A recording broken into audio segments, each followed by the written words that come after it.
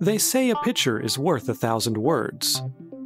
And images from paintings to pictures to video have been sharing these words for thousands of years. After speech, it's one of our earliest forms of communication. After all, even our first forms of writing relied more on images than actual letters. So it should come as no surprise that in the fast-paced world of marketing and business development today, so many entrepreneurs and businesses would turn to pictures to tell their company's story, and a very useful marketing tool known as brand photography. Hi, I'm John Marble, and this is Build Your Difference. This is Build Your Difference, a podcast created by Blue Artists, a brand platform with one goal: to help great visionaries like you build impressive brands. Every month, we'll bring you insightful tips, knowledge, and compelling stories from successful entrepreneurs and the Blue Artists team on how to create and to market a winning brand that does more than just launch a new product or service. It starts an ongoing conversation.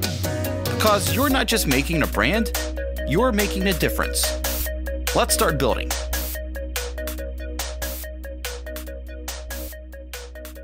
Recently, I spoke with Ryan Sumner, creative director and award-winning photographer at Phoenix Photography. He's provided professional photography services to clients such as American Airlines, U.S. Steel, HBO, Bank of America, and Wells Fargo, just to name a few. His work has been featured in Forbes and Muscle and Fitness magazines, as well as numerous local print publications. We spoke about the importance and process of brand photography in building a business, what aspiring photographers can do to ensure a successful future, and the impact of social media and new technologies on the industry. I mean, I guess, obviously, we'll just kind of start with the most basic question here, and I was curious, how did you get into photography? What was that journey like for you? Sure. So my journey into photography began when I was, maybe about 14, 15, with a gift of, at that point, 1970s. So this was in the 90s. Yeah. So still a quite old SLR camera from an uncle. And I'd always been, an art kid. I'd always been someone who was drawing, or painting, doing sculpture, that sort of thing. So I really enjoyed photography and took to it, very quickly. It was like a fish to water.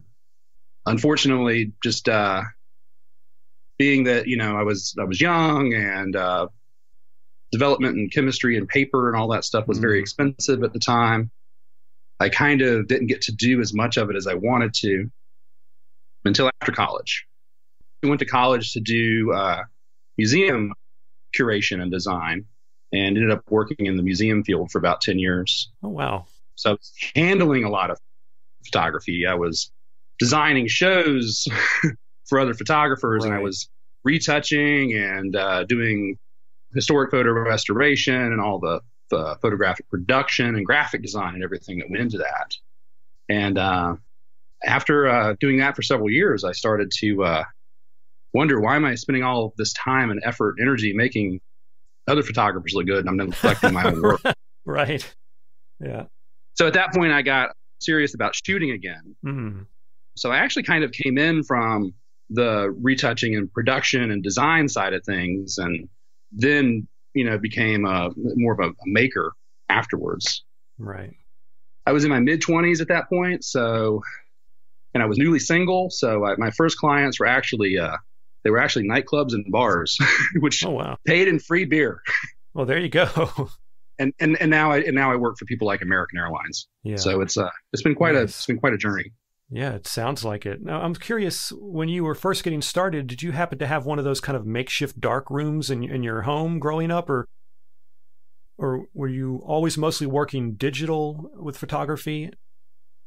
I never had. It's funny. I have a dark room now. Okay. So I do a lot of fine art stuff as well, and that's all film based with antique cameras from the 30s through the 50s. Yeah. Some that are maybe even a little older. Yeah. But growing up, no, not as much. I got my pictures developed at the Rite Aid, and in high school and college. Sure. And then by the time I was graduating college, at that point, there was a little bit of an overlap. There was a period where we were doing all of the processing and post-production work was all scanning and done in Photoshop, but people were still shooting on film cameras because the digital wasn't quite at that point. Yeah. I think it was in the, and then maybe by the mid 2000s, the sort of digital caught up to 35 millimeter. It still doesn't hold a candle to medium format or large format film, but at that point, I started shooting digitally, and it was just it flattens out the learning curve, even though I'd been shooting for 10 years at that point. It makes it, so you're not so afraid to experiment or take chances. Right. And you can see your results right away. So you can test hypotheses. I wonder what happens if I, shake the camera and set off the flash at the end of the exposure. And you can see what that does right away instead of having to wait like a week to get your photos back and then maybe not remembering what you were trying to do. Right. And if it doesn't work out, you can easily go back and redo or something. And with that, I would imagine. Yeah. It's instant gratification. Yeah, right. Definitely. Especially in this day and age. Yeah. Do you have a personal preference for photographing, whether it's people, places, animals? Is there one of those that appeals to you more? Yeah, I specialize in people. My sort of the bread and butter product for me is executive headshots and corporate headshots and executive portraiture. So, which is basically one is a little more involved, a little fancier. Right. And then, so I basically do anything that a company needs for their website, their marketing, advertising. So I also do a fair amount of architecture, buildings. I worked in, after, I got out of the nightclub thing, I started working for a lot of magazines and doing editorial work and photojournalism work. So I bring that background to my corporate work as well. So I'll typically come in, I'll shoot, portraits or headshots or whatever they need, but then I'll also go and shoot what the company does. Right. So I was shot for a distribution company recently. So it was photos of semis backing up to warehouses, people loading things with forklifts and, boxes going down conveyor belts and trying to shoot that sort of thing in an interesting way. Anything that tells the story of a company. Right. Yeah. And this makes me think of a podcast that I had been working on and edited a few months back. The host had a photographer on, and they got to talking about this topic of brand photography and how they're using all these images to kind of create this almost like a story of the company's, like build the company narrative up. You know what I mean? And oh yeah, no, absolutely. Yeah. Oh, I was fascinated by it, and just wondering, from your experience, has there been any change in the business of photography with the surge in social media? Because obviously with that, I'm sure that there's even more of a demand for brand photography with things like Instagram and what have you. Yeah, no, absolutely. I know that one of the biggest things that you can do to drive traffic on different social media sites is to change the pictures. Yeah. And you change pictures that you don't even have to necessarily come up with a big story or a press release, but just changing pictures puts that into people's feed. And so that's a real cheap and easy way to drive, people to your site. I think that I've definitely seen an increase. A lot of it is LinkedIn. A lot of it is press releases. I shoot a lot for marketing departments who want libraries, so that they might want 7 or 8 different types of pictures of a particular executive. Right. Ones that are a little more buttoned up, ones that show them relaxed, some that show them in action working, meeting with the rank and file. They also want probably pictures of the rank and file doing the things that they do, because it's not all about the C-suite folks. I mean, honestly, that's not a great. Only focusing on those guys is a great way to kill morale. Yeah, but that's true. So you want to tell a holistic story of the company. You want to tell the story from the guys in the loading dock all the way up to the guys in the corner offices. Yeah. And do it in such a way that's interesting and humanizes the brand. Yeah, definitely. Do you see, for example, a different client base now with the prevalence of like Instagram, Facebook, et cetera, than say 10 years ago? Is it attracting a new kind of client base, or is everyone just sort of jumping onto that bandwagon, so to speak? I mean, I think it's definitely changed. I mean, I'm a big believer that you should never put out poor quality pictures. Right. But I've seen some companies do really smart things by turning their staffs into marketers. I shot for an airline about a year and a half ago, and they had just rolled out new uniforms. And I ended up doing 1,000 different mini sessions with the airline's flight attendants. So I photographed 1,000 flight attendants in an 11-day period. Oof. And did a nice, beautiful headshot, and then did sort of fun, often sort of pin-up-y style pictures of, just joy and jumping and, sort of old school, sort of 1940s style poses, that sort of thing. And the airline wanted them distributed as a gift to the employees, and they never said this explicitly, but I was impressed by how smart that was, because now each one of those people is going to go out and share those pictures on their social media. So they've got the entire every flight attendant in the whole company is now basically a brand ambassador, and is out there showing really cool pictures that are really well made of them in their uniforms, and then basically more or less talking about how much they love their employer. Yeah, it is really smart. It's like a great recruiting tool there, actually. No, absolutely. Yeah. So we're talking about businesses incorporating photography into their sort of marketing platform, if you will. I'm wondering, from your experience, when you have someone looking to start a new business, and let's say they come to you to seek out brand photography, for example, so that they can launch their business, what would that process look like, and what could somebody expect to happen there?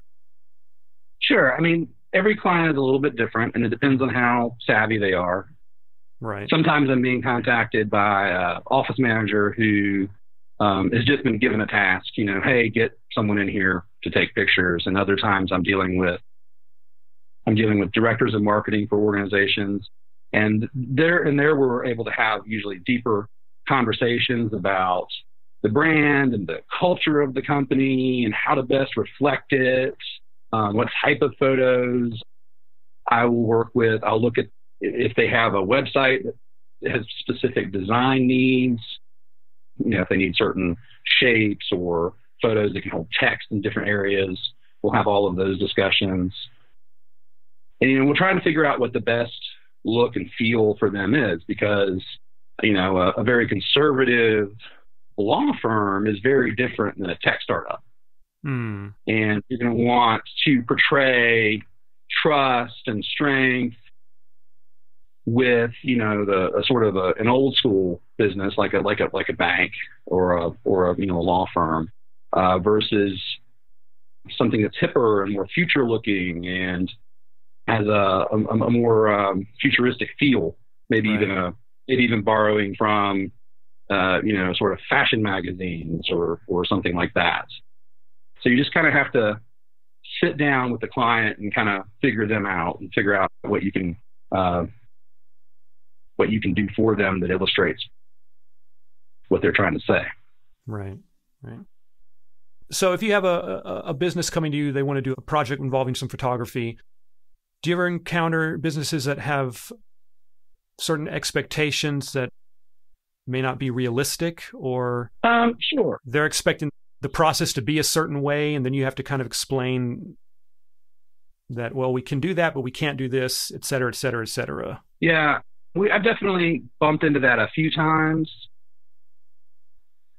Sometimes it's I do one thing I do is a lot of composite work, and where we'll do teams of pictures, and the team will change, and then basically like one person leaves the group of the company for other opportunities, and then a new person is hired and brought in. And so what I'll do sometimes is I'll shoot people individually and light them in such a way that I can add and subtract people.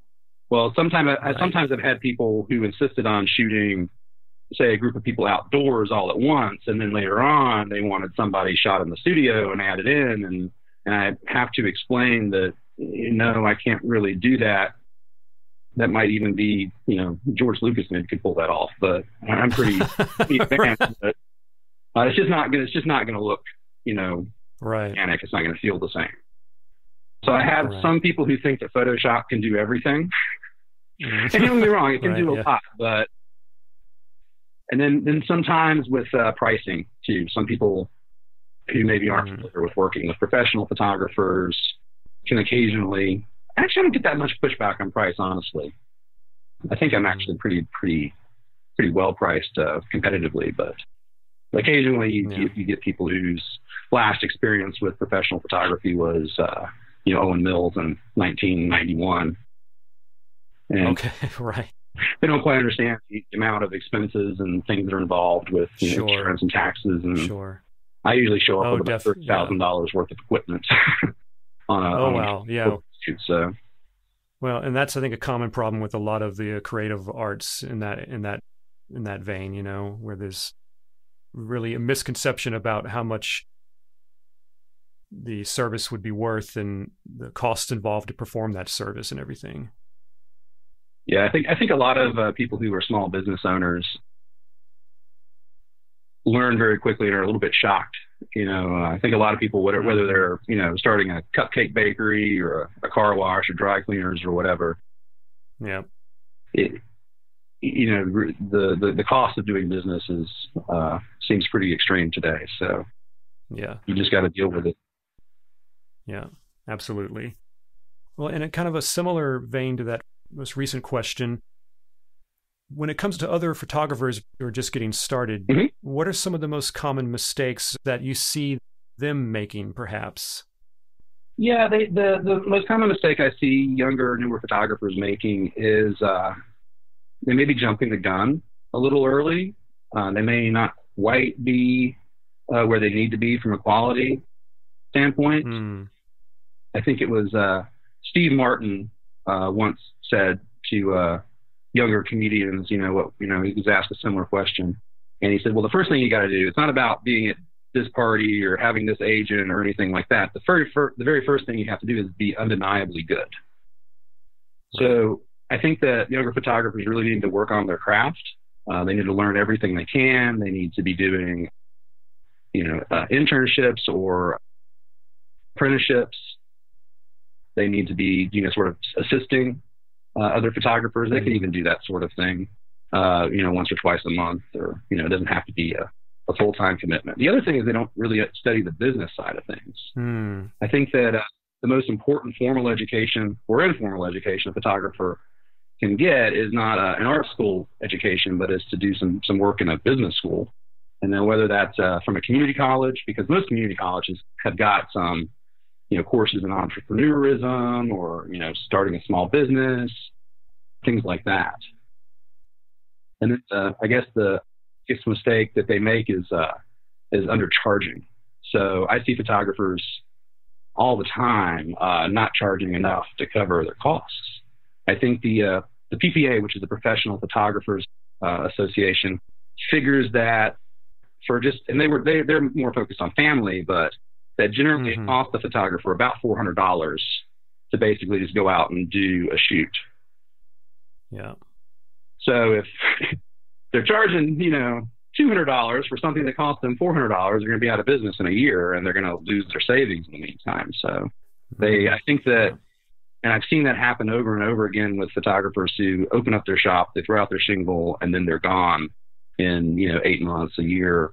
And you just feel like, oh man, because that they just took a huge hit financially to, their life savings, and, it's going to have an impact on their family and that sort of thing. So, well, are they charging low because they're not sure that their customer base would be willing to pay the higher prices, or what do you think is behind all that? I mean, I think there's always, there's probably some insecurity. Maybe they don't feel like they're good enough, or they feel like they're new and maybe they don't have any clients. So they feel like they've got to, charge a bottom, a rock bottom rate to get the phone to ring. I think that, I think that the problem with that is they'd be better. I mean, if they're losing money on every one of those shoots, they'd be better off practicing more, or doing things that like making pictures on their own time that sort of show the sort of work they want to take in, not who's willing to just pay them, nickels to do something that they're going to lose money on. So, absolutely. And I think you made a good point about, in the case of photographers, you were saying a lot of them might learn about photography, take classes in photography, but they won't take any business classes. And I think we have a habit here of kind of treating these things as separate entities. It's either you train in photography or you train in business. But in actuality, you need to be training in both of those at the same time, more or less. And there's really isn't, and that's the same case for me. I'm kind of, having to go back and kind of relearn some of this because I was focused on audio at one point in time, not thinking about business by any means, So I think that's a good point, and something that we should start stressing, especially on all different levels of academics, really. Oh yeah, I mean, if you are going to be a writer, an artist, or any of these, liberal arts type people, and you're not going to be working for a newspaper or whatever. I mean, the day you graduate, you're going to be a small business owner, and I see that so much. I see that across disciplines, that it's almost as if people didn't, no one ever told them to think about it. Because once you're out there, now you're doing marketing and you're doing bookkeeping and you're figuring out your tax status. You're doing all you have to do all those things. Oh yeah, I think we did touch on this some already, but I was wondering what would you say? What makes brand photography different from just simply having some headshots made or a couple of images up for like a banner on your social media profile? Okay. Does that make sense? Yeah, no, it makes sense. I mean, obviously you can shoot headshots and a banner shot in such a way that it's still brand focused. I think, you're better served going beyond that, for sure. But I think that's one of those things that's like, it's emotional, so it's kind of a little difficult to like put a hard pin in. I mean, I think a lot of it is like, what story does it tell? What mood does it reflect? Are we, what is our culture? How do we want to be perceived by our clients?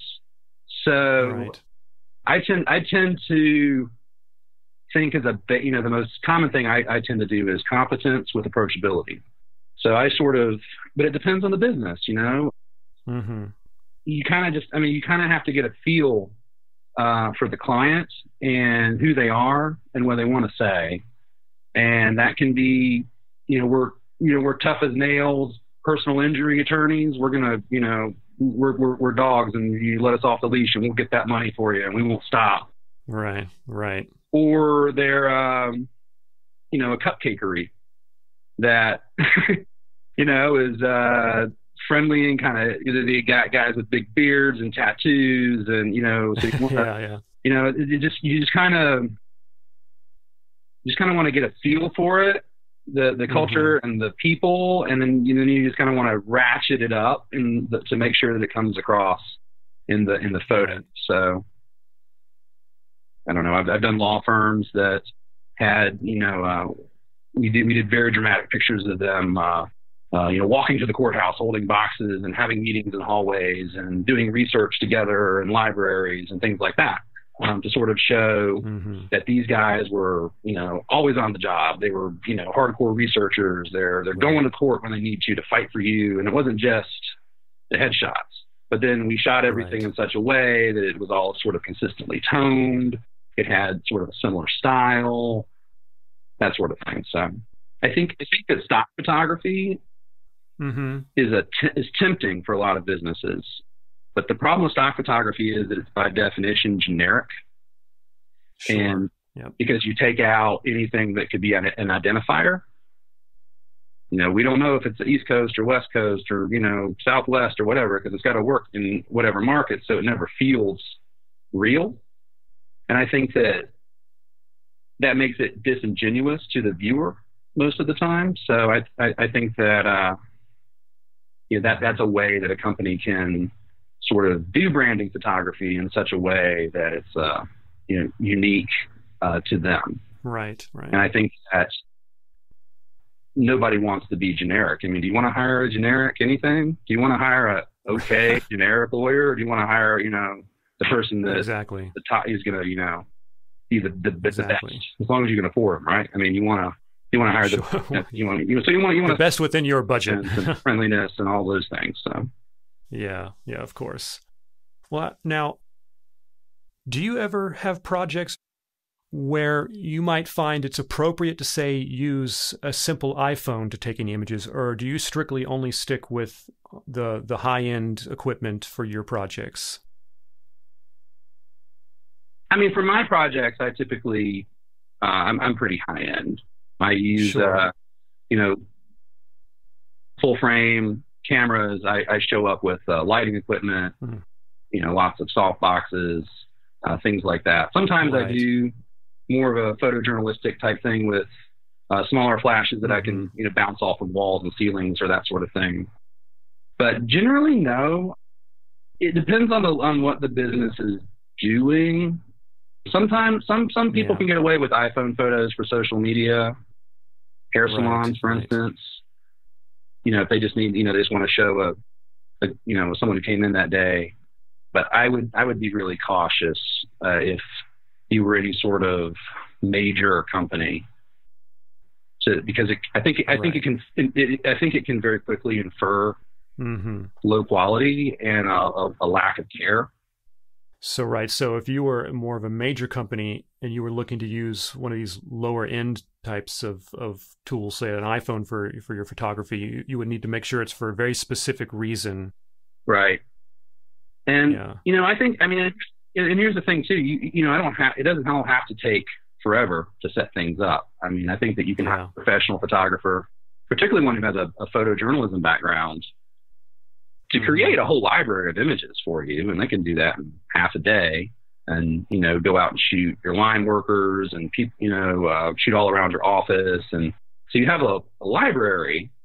And if you're the sort of person you want to put out a new post every few days or once a week or something like that, then you can sort of treat those as if they're, just as a bucket of photos. You can pull things out and you can switch them around and, put them with your press releases and put them with your Instagram posts and whatever. Sorry, I'm just not the biggest fan of iPhones.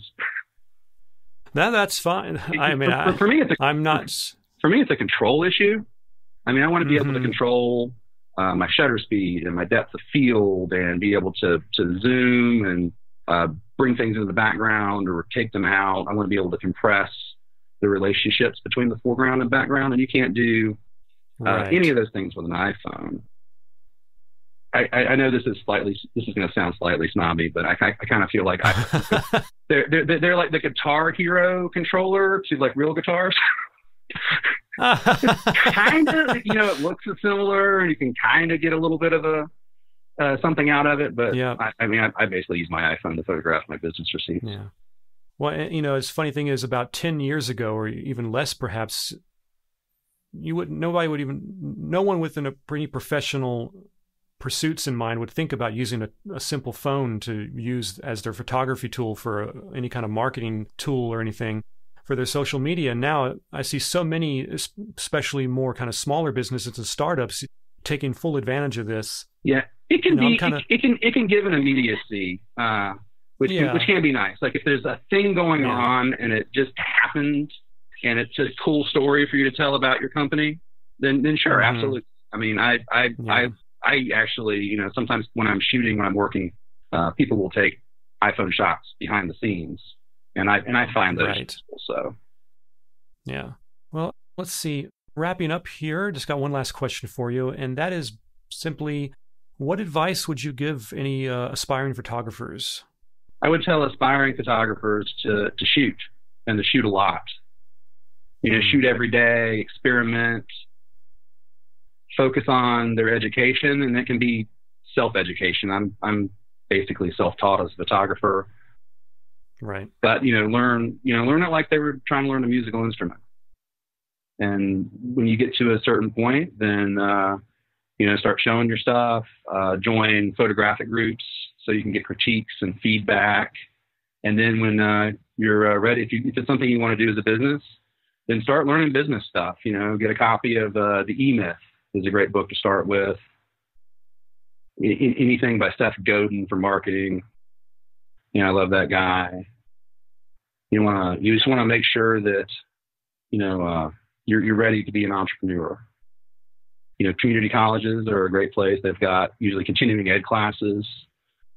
You probably want to learn QuickBooks and, read up on tax strategies and things like that. To see more of Ryan's work and the services he offers, you can head on over to his website at www.phoenixphoto.com. That's www.phoenixphoto.com. Establishing a brand can feel overwhelming, but it doesn't have to be. Sometimes it helps to have a team, and we at Blue Artists are here to help. We offer custom photography services that will enhance your brand and products by carefully matching your project with top-notch photographers like Ryan, along with makeup artists and post-production talent, sure to bring out the best in your business or product. So don't settle for looking average. Start with your best foot forward and reach out to us now. Because in this day and age, little matters more than first impressions. I'm John Marble, and this has been Build Your Difference. Thanks for listening to this episode of Build Your Difference. If you'd like to learn more about how Blue Artists can help you develop a distinguished brand that inspires and engages a growing audience, then please visit us at www.blue-artists.com and be sure and subscribe to our monthly podcast for the latest tips and trends in brand development and marketing. And remember, you're not just making a brand, you're making a difference. Start building yours today.